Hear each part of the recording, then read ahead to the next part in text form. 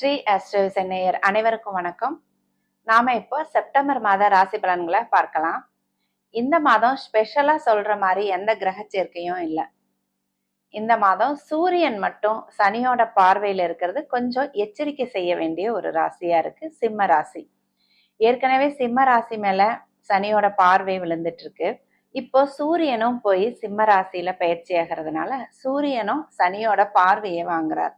சிம்மமும் சிம்ம ராசியும் சிம்மத்தோட மிகப்பெரிய எதிரியான சனியோட பார்வையில இருக்கிறது ஒரு சாதகம் இல்லாத அமைப்பு. யாருக்கு சாதகம் இல்லாத அமைப்பு? சிம்மங்கிறது ஒரு அதிகாரத்தையும் ஆளுமையையும் குறிக்கின்ற ஒரு ராசி.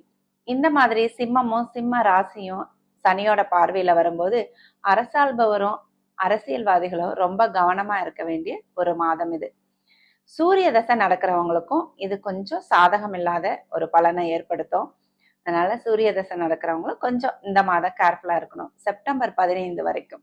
செப்டம்பர் 16க்கு மேல சூரியன் சிம்மத்தை விட்டு கன்னி ராசிக்கு பயிற்சி ஆகிறார். ரிஷபராசிக்கு இந்த மாதம் ஒரு நல்ல மாதமாவே ஆரம்பிக்குது. ரிஷபராசிக்காரர்கள் கொஞ்சம் மாதமாகவே கொஞ்சம் மன உளைச்சல்ல இருக்கீங்க. ஏன்னா பயங்கர அலைச்சலை கொடுக்குற ராசியில இருக்கிற குரு. ஆனா இந்த மாதம் ரிஷபராசிக்காரர்களுக்கு கொஞ்சம் ரிலாக்ஸான மாதமா ஆரம்பிக்குது. ஏன்னா உங்களுடைய ராசி அதிபதி ஒரு 5ஆம் இடத்துல அதிர்ஷ்ட ஸ்தானத்துல போய் அமர்றார். அங்க குருவோட பார்வையும் வாங்கிறது ஒரு நல்ல மிகப்பெரிய ஒரு நல்ல அமைப்பா இருக்கு. சுக்கிரன் 5ஆம் இடத்துல இருக்கிறது உங்களுக்கு அதிர்ஷ்டத்தை கொண்டு வர அமைப்பு, உங்களுக்கு நன்மைகள் நடக்கிற அமைப்பு, நீங்க நினைச்சதெல்லாம் நடக்கின்ற ஒரு அமைப்பு. அவர் அந்த இடத்துல சுபத்துவமாவும் இருக்கிறாரு இல்லையா?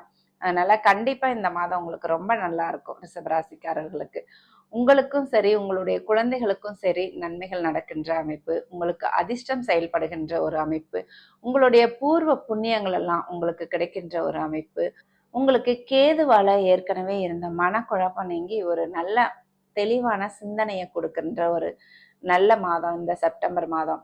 ஏற்கனவே பல பிரச்சனைகளால மனசு குழம்பி போய் ரிஷபராசிக்காரர்கள் இருக்கீங்க. அதை எடுத்தாலும் ஒரு பிரச்சனை, இதை எடுத்தாலும் ஒரு பிரச்சனைன்னு பல குழப்பங்கள் ரிஷபராசிக்காரர்களுக்கு.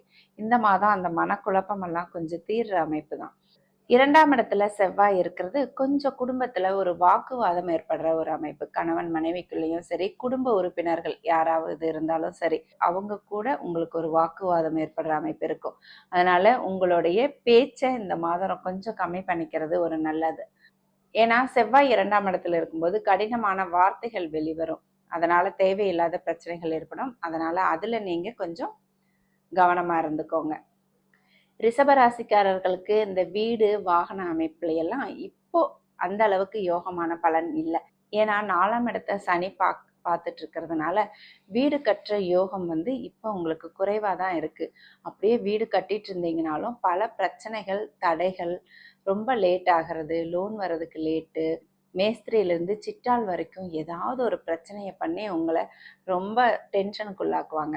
அந்த பிரச்சனைகள் எல்லாம் இந்த மாதமும் நீடிக்கும். ஏன்னா 4ஆம் அதிபதி சூரியனும் போய் அந்த சனியோட பார்வையில் இருக்கிறது இன்னும் கொஞ்சம் இந்த பிரச்சனைகளை சிக்கலாக்குற ஒரு அமைப்பா தான் இருக்கு.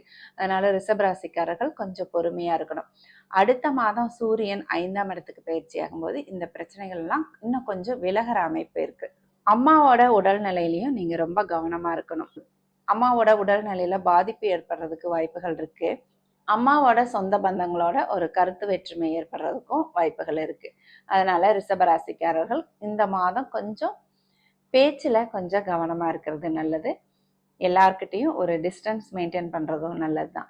ஆனா குருவோட பார்வை 7ஆம் இடத்துல விழுறது இதையெல்லாம் சரிக்கற்ற அமைப்பு தான். இருந்தாலும் கவனமா இருக்கிறது ஒரு நல்லது தானே.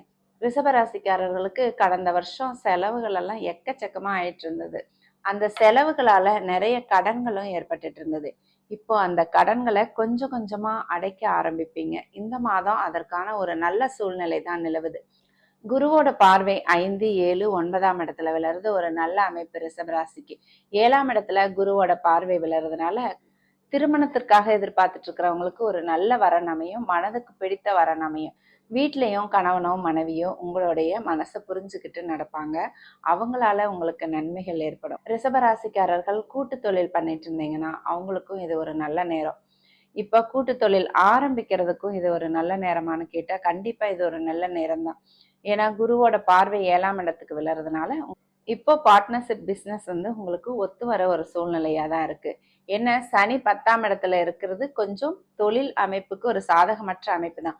ஆனா இப்ப சனி வக்ரம் ஆயிட்டாருல்ல, அவருடைய கடுமையை வந்து குறைச்சுக்கிட்டார். இப்ப அடுத்த மார்ச்ல வந்து சனி பெயர்ச்சியும் ஆக போறார்.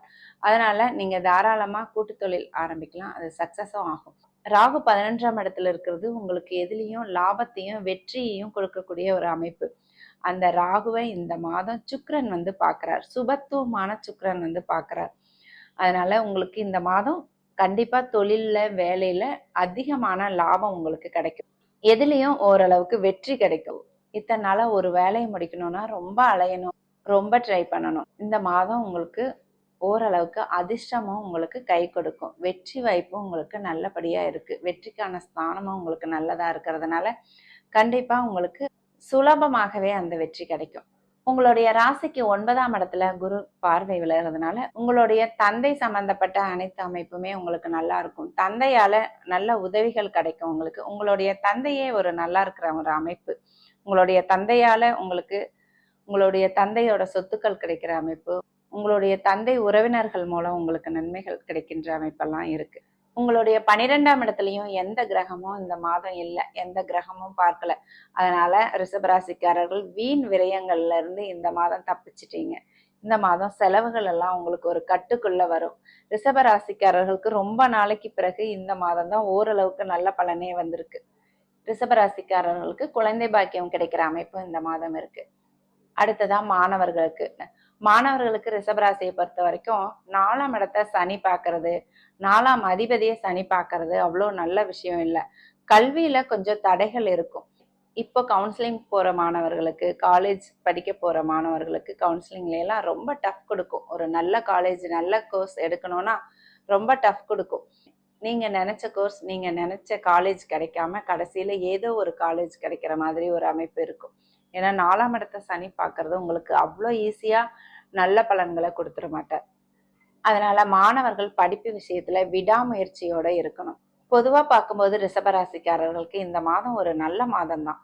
ஒரு சில சாதகமற்ற பலன்கள் எல்லா ராசிக்குமே இருக்கும். அதுதான் உங்களுக்கும் இருக்கு. மற்றபடி இது ஒரு நல்ல மாதமாகவே ரிஷபராசிக்காரர்களுக்கு இருக்கு. நீங்க இது வரைக்கும் ஸ்ரீ அஸ்ட்ரோவிஷன் சேனலை சப்ஸ்கிரைப் பண்ணலைன்னா சப்ஸ்கிரைப் பண்ணிக்கோங்க.